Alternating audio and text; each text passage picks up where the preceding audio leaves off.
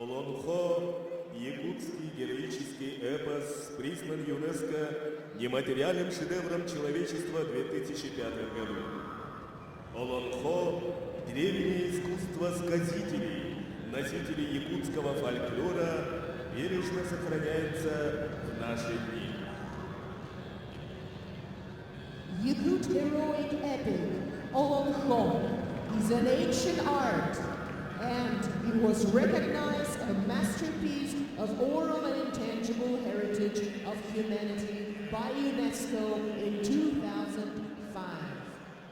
Отрывок из Олонхо Нюргунботут «Стремительный» исполняет обладатель гран-при конкурса сказителей Олонхо Петр Тихонов. Now you will hear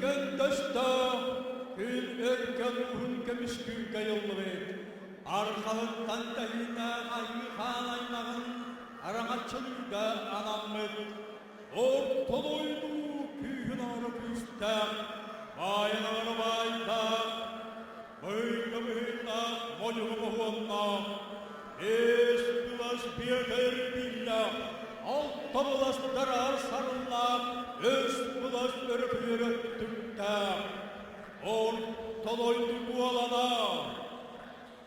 Acaraya tağın ikkatanı kaklıktan örüp hanılan, üstü üretiyen taharan, hangi bay kalkan ağayar, öbürünün tünleri varanda. Onu veren duran ortadoydu bu alana, Erbeğin kalma, orayı sarmayan diyen Allah bugün yavuk solunur orayıttan Moy da mahsal kül olan erkirlan takkan koyan tol çağlıya turpu devdir.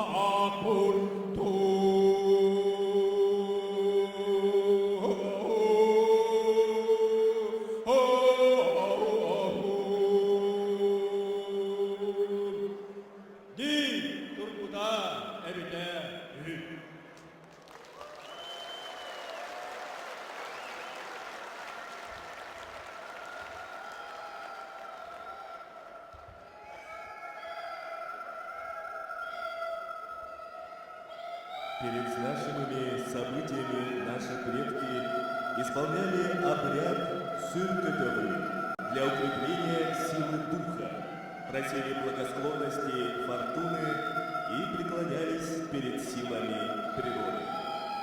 Prior to all major events, our ancestors performed a ritual called Surukatahu to strengthen their spirit, honor the nature, and pray for good luck.